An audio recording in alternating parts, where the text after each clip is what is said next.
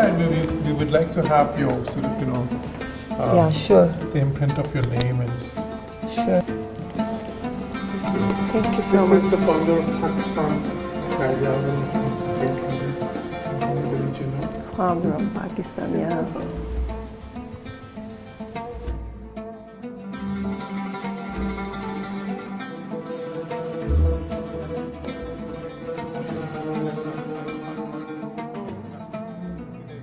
This is all a very typical Pakistani drawing room. The furniture is all from Pakistan. It's really beautiful and classic, yeah. Thank you. Please.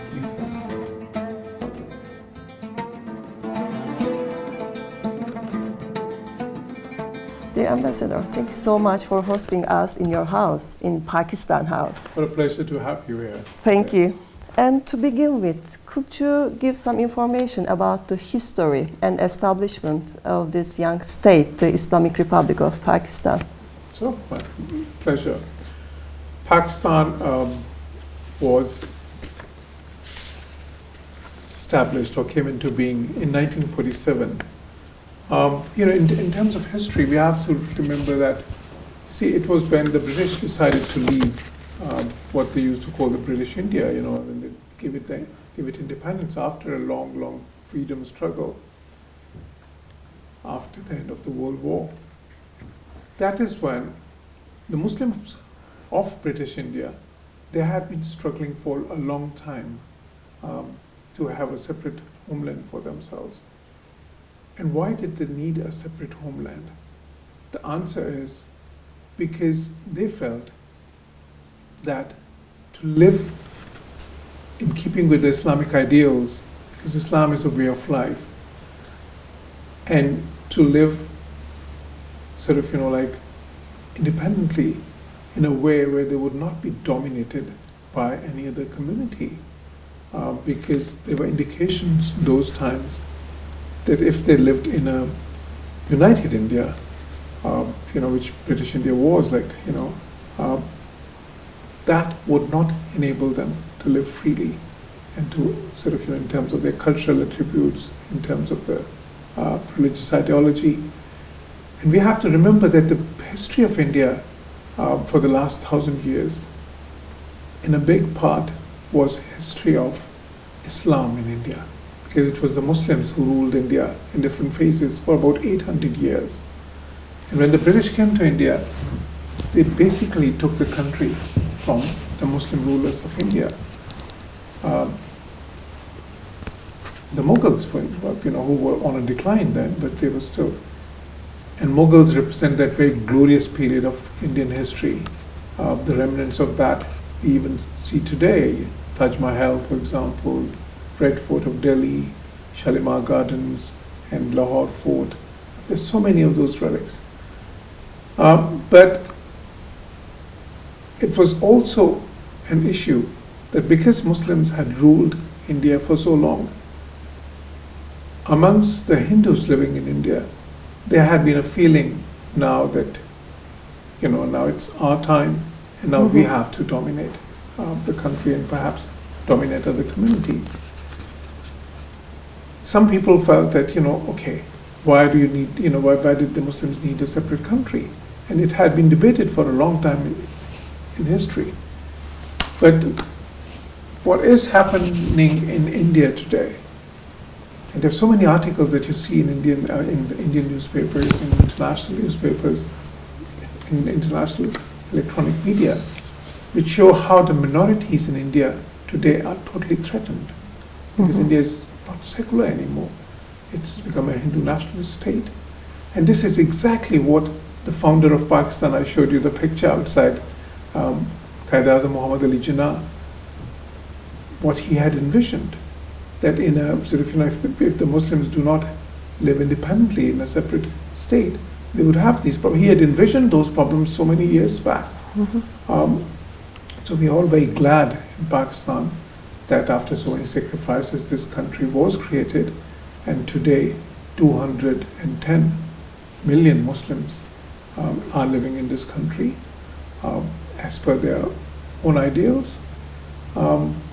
and they're trying to sort of, and that which makes it fifth or sixth largest country in the world in terms of population. And as we all know, it's a very important country in its own region, and contributes in a lot of areas in the sort of world affairs as well, in terms of enhancing international peace and contributing to international development. So yeah, that is a sort of a brief historical perspective on Pakistan. Since its establishment, Pakistan has been known for coups, riots, and executions. What is the reason of these issues in the political scene of such a young country? Yeah, that is exactly the type of problems we are facing. I mean, the problem is not these coups or riots or what you've mentioned. The problem is the misperceptions about Pakistan. Pakistan is actually, in many ways, the opposite of what the misperception about Pakistan is in many other countries of the world. Part of the reason is that the international media has sort of not projected Pakistan very well generally. Most of the projection that Pakistan gets is in a time of, let's say, crisis. For example, when there was this Soviet Union occupation of Afghanistan, and there was this resistance war. There was so much focus on Pakistan, but then the focus was on the jihad going on in Afghanistan, and sort of, within that context.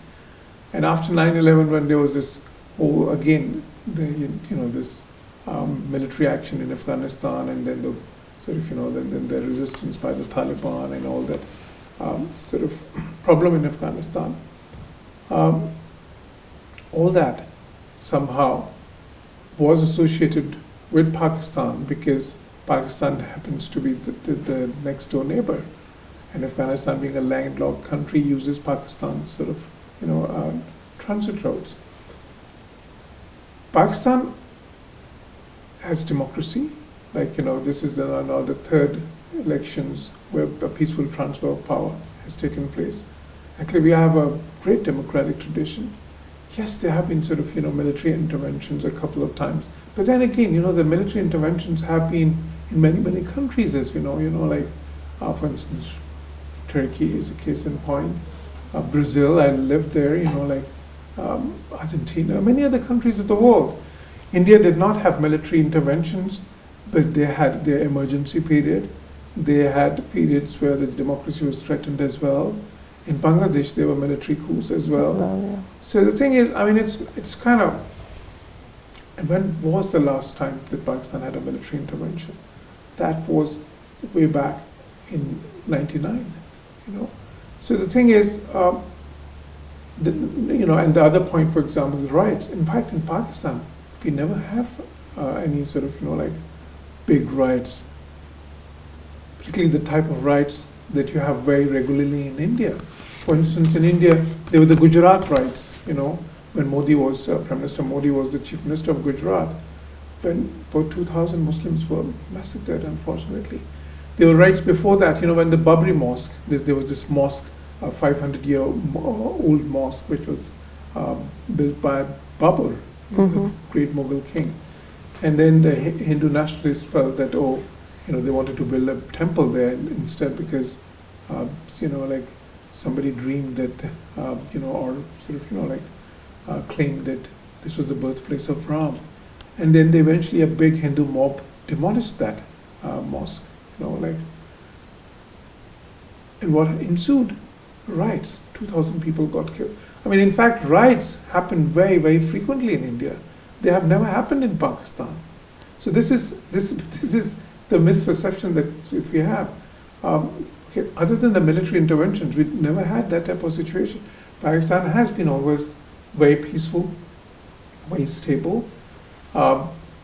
Yes, we faced the problem of terrorism, but that was because of what was going on in Afghanistan. It was a spillover of the resistance in Afghanistan, a resistance which at one time the Americans had basically supported and instigated in many ways, and we had supported that as well. in sort of collaboration with our American friends and the Western countries. In fact, then the resistance in Afghanistan was termed as jihad, and the mujahideen, the resistance fighters, were being feted at the White House. They were being sort of, taken as heroes in all the Western countries as well. But then subsequently they turned against the US, and of course they turned against Pakistan as well, and we had a big problem. And then they set up some global terrorist networks in Afghanistan, like Al-Qaeda and others, sort of, this Tehrik-e-Taliban Pakistan. And and we were in the forefront of that sort of, that fight against global terrorism. For 10, 15 years, we suffered because of that. We had thousands of casualties. We had economic losses of about $140 billion. But in the end, we succeeded. We have eliminated that terrorist network, which was basically on the border between Afghanistan and Pakistan. And at a great cost. We have done this, this service for the world, and this is acknowledged by many, many countries. But in the process, we did have this problem of terrorism. There was, like I mentioned, there were thousands of deaths. And unfortunately, that gave a misimpression about Pakistan to the world, that Pakistan has all these troubles and problems, and it's sort of while we were not the problem, we were the solution. We were part of the solution, not part of the problem. And that role of, as the defeaters of terrorism is well acknowledged in the West. We also have to remember that in Afghanistan, where the Americans were fighting some of those terrorist groups, and also they were fighting the resistance by the Taliban, even though they had, at one point 160,000 troops there, Americans and other Western countries. Despite that, they couldn't defeat that resistance. They couldn't defeat those militant groups. They couldn't defeat the terrorist groups like ISIS. Still has a big presence in Afghanistan. But we have done that on our part, in Pakistan. We were able to do that. So we have done that job much better than sort of, our Western friends. Now I want to talk about Kashmir, which has been on the agenda for a long time. On August 5th, India abolished the Article 370 of the Constitution, which granted privilege to Jammu Kashmir for more than half a century, and hence eliminated the special status and the region, separating it into two union territories.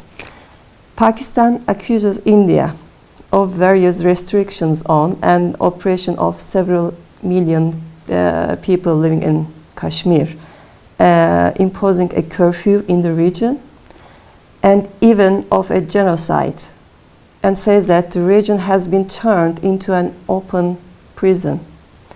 India does not accept the accusations and says that there is no curfew in Jammu Kashmir. There is a restriction on meetings and communications. We have posted additional security forces to protect Kashmiri from Pakistani terrorism. We have cut off the communication links between Pakistani terrorists at Wali, in the Wali, and the cells they are connected to. Probably that's why Pakistan is unhappy. And at the other side, Pakistani President Arif Alvi said in an interview that he's worried about the affinity of Modi government,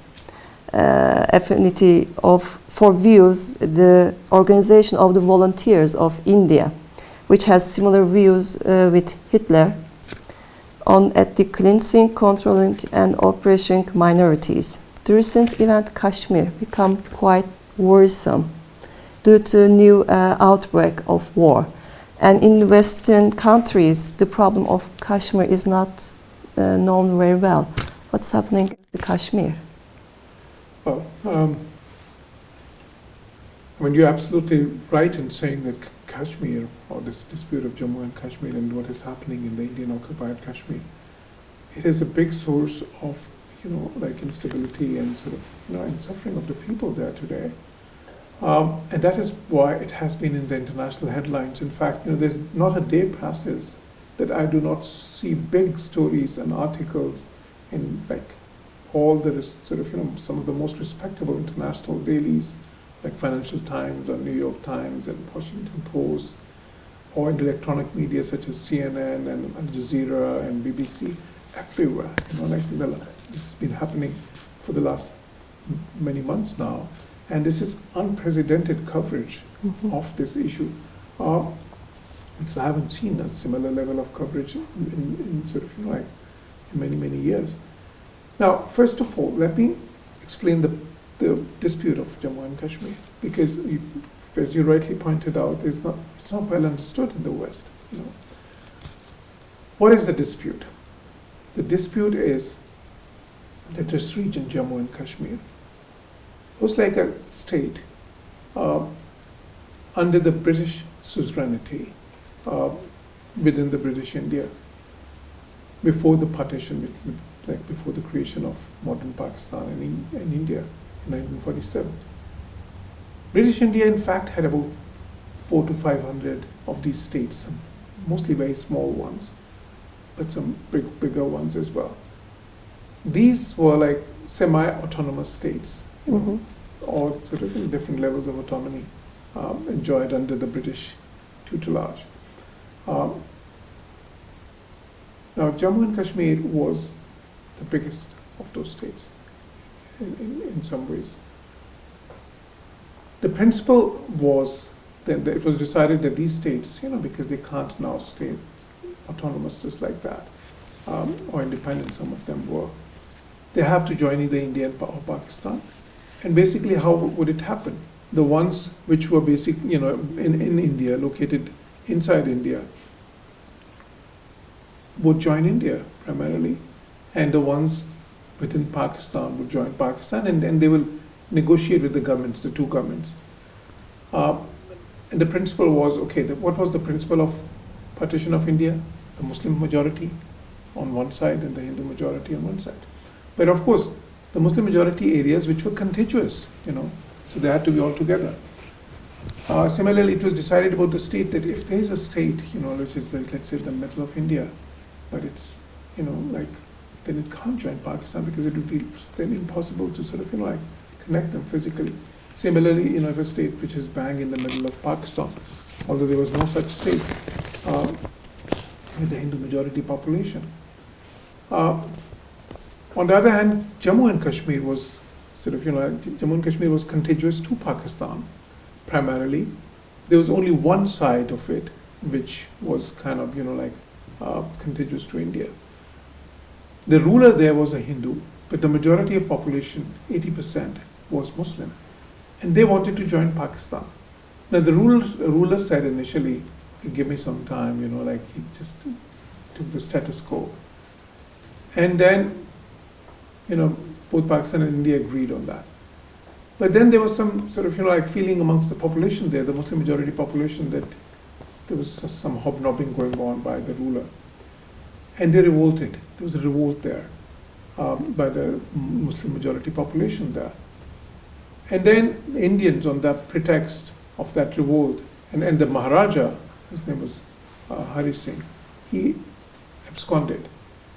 And Indians then claimed that, he has basically acceded to India. And on that basis, or in fact, even that claim was done subsequently. Before that even, they sent their troops there and occupied a big part of it, So they had about 60% of it, and Pakistan had about, let's say, 40% roughly, in terms of the control. Now, it was decided, India took the matter to the United Nations, and it was decided by the United Nations, in fact, by the United Nations Security Council resolutions, that there would be a plebiscite, and the people of Jammu and Kashmir would decide whether they want to join India or Pakistan through a free and fair referendum or plebiscite, because this is their right of self-determination that they have to exercise. Now, India agreed on that, Pakistan agreed on that, but subsequently India kind of wriggled out of it, and it kept on postponing and postponing, and that plebiscite hasn't even taken place today. And Pakistan's stance is simple. We say that let the Kashmiris exercise their right of self-determination through a free and fair plebiscite, as enshrined in the United Nations Security Council resolutions, as enshrined in the international law, and any agreements between Pakistan and India. So that is only our position. Now, India has not been, allowing that right to the Kashmiris. And because of that, there has been a struggle going on in the Indian-occupied Jammu and Kashmir for the last many decades. That struggle became into a full-fledged insurgency since 1989. And since 1989, India has hundreds of thousands of troops there. And because 100,000 people or more have been killed, thousands were tortured, jailed, thousands of women were raped. Even there were in recent years there were incidents when the pellet guns were used and thousands of people were blinded there. I mean, it was so bad. The situation was so bad that some years ago a team from the European Union went there, members of Parliament of the European Union, and they said that Kashmir was the most beautiful prison in the world, the Indian-occupied Kashmir, because it was like a prison. Now that has been happening ever since 1989. Like this sort of struggle has been there. And because of that, there has been instability there. This insurgencies there. India had 600,000 or 700,000, and then 800,000 troops there. Recently, before this August 5th actions, like that you mentioned, they sent another 100,000 troops there. So now there are 900,000 troops in a region of just like 10 million people. Imagine literally one soldier for every 10 people living there. One soldier for almost every house. Outside every house there's one soldier. So that is the level of occupation. What did they do? Now the Kashmiris had enjoyed a small bit of autonomy, because when India had occupied that part of Kashmir, it had given one concession to them, that a special status in the constitution, Indian constitution, had been given to them. In fact, they had their own constitution. They had their own flag. They had those special provisions whereby their identity and their the demographic composition was supposed to stay protected. But through these actions, that has been now taken away from them illegally, because the Kashmiris were the political leadership of any kind was not consulted. In fact, they were jailed. Thousands of people were jailed. The pretext was, we are expecting a terrorist attack, which was a sham. And all the tourists were taken out. Everybody was taken out from there. And then more troops were sent. And then they imposed curfew on August 5th. There was curfew. Even only recently they have lifted it in some parts. What is curfew? Curfew is when you're told, okay, you have to stay in your houses, you can't come out, or you'll be shot dead. That is curfew. So there's a total lockdown. Their telephone lines were disconnected, internet was disconnected. They were literally, they were prisoners in their homes. They couldn't go to, the kids couldn't go to schools, couldn't go to work, nobody could go to hospitals, even emergency cases, no ambulances. I mean, it was just, imagine if in Berlin suddenly it happens.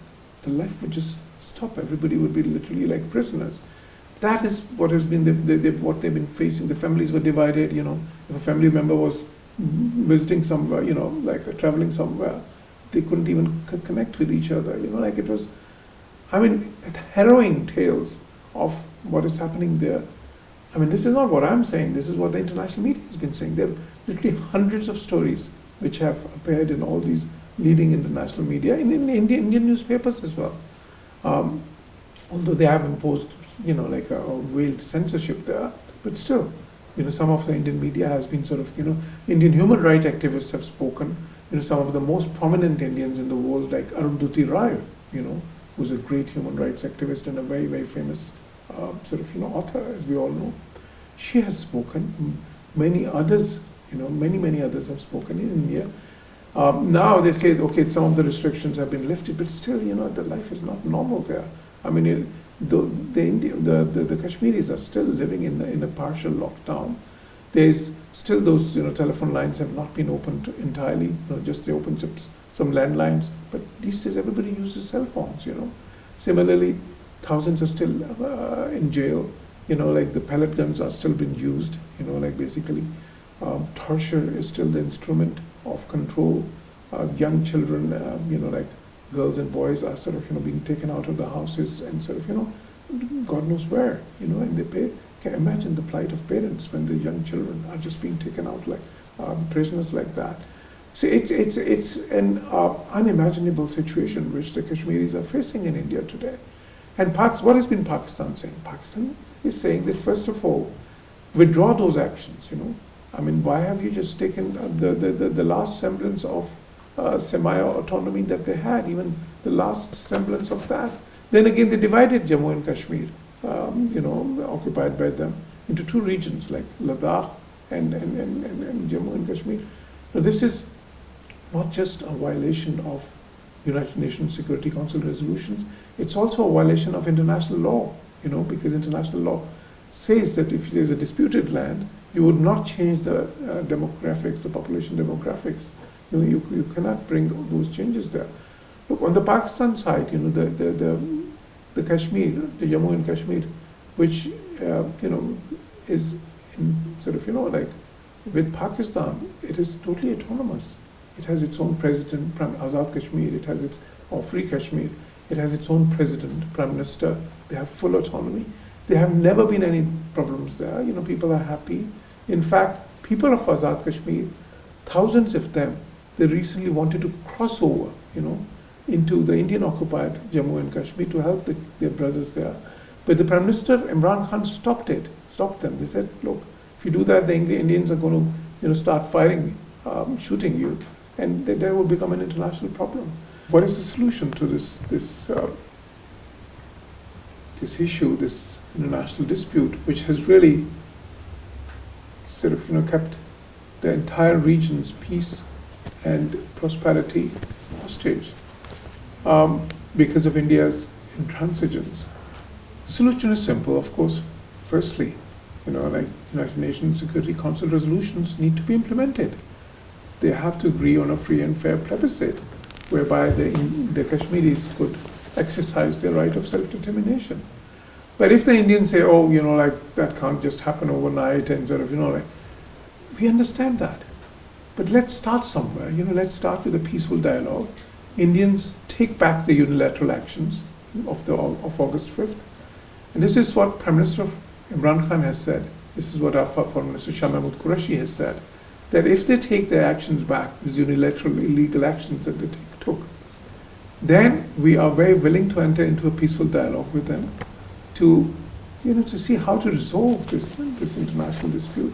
And you see, the dispute of Kashmir, Jammu and Kashmir, it's not just about, like the human rights violations that are happening in Indian-occupied Jammu and Kashmir. It is not just only about sort of, like the problems that the two countries are having because of that. And these two countries are nuclear powers, both Pakistan and India. India is the second largest country in the world by population. In fact, it's set to cross China's population in, a decade or two. Pakistan, as per some estimates, has now crossed the population of Brazil to be the fifth largest country in the world. South Asia, where these two countries are located, is 23% of the world population. But because of this unresolved dispute, there's so much insecurity in the region. There's always this danger of this region becoming a nuclear flashpoint. And this is a risk that the Indians have plunged the region into. Then there's the other dimension. The other dimension is that, this after all, the sort of, the global interstate relations, they are governed by certain norms and certain laws, like international law, certain conventions, United Nations has a role to play. So, and that is what they've been flouting as well. They're flouting the international law, they're flouting the international, the United Nations Security Council resolutions. They're flouting not only the will of the Kashmiri people, but also the whole sort of, like concept of sort of, of international law and international decorum. We are not surprised. Why is it happening? Because, partly why it's happening now is, why did India do these things now? The reason is simple.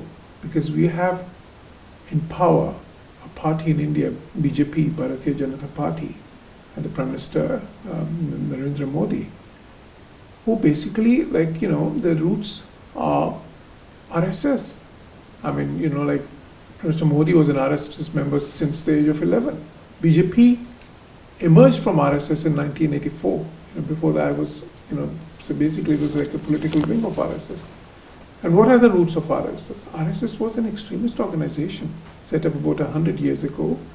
And, that we have to remember that this is an organization which sort of, basically promotes just a very Hindutva ideology, a Hindu nationalism of the kind that, unfortunately we had in Europe, like, they believe in that, they believe in the supremacy of a race or a religion to the exclusion of all other religions or races, That is the type of India they want. And at one point they used to have like pictures of people like, unfortunately, like Hitler and Mussolini as heroes on their website. I'm talking about RSS. I'm not saying BJP did that, but this is what RSS was and is. So BJP had it in its manifesto that when they win the elections this time, or when they come to power again, they will take away the autonomy of Jammu and Kashmir. They will divide Jammu and Kashmir, and that's what they have done. And it is very sad because we had forgotten the past of Prime Minister Modi in terms of in terms of his role in the Gujarat riots. When he was the Chief Minister of Gujarat, and 2,000 Muslims were massacred in those riots. And because of that, he was actually blacklisted for visa even by the Americans and many other countries, because of his human rights record. Okay, he's now the Prime Minister of India. Of course we accept that, we appreciate that fact. But we want to see him becoming a man of peace. We want to see him playing a role in in starting a dialogue with Pakistan. We want him to shun that past and as the Prime Minister of India, we want him to become a partner with us in promoting peace in the region, and that could happen through starting a peaceful dialogue, serious dialogue, a meaningful dialogue for resolution of this long-standing dispute, which is not just causing problems between these two very big countries, but also the whole region of South Asia. And that is the only solution.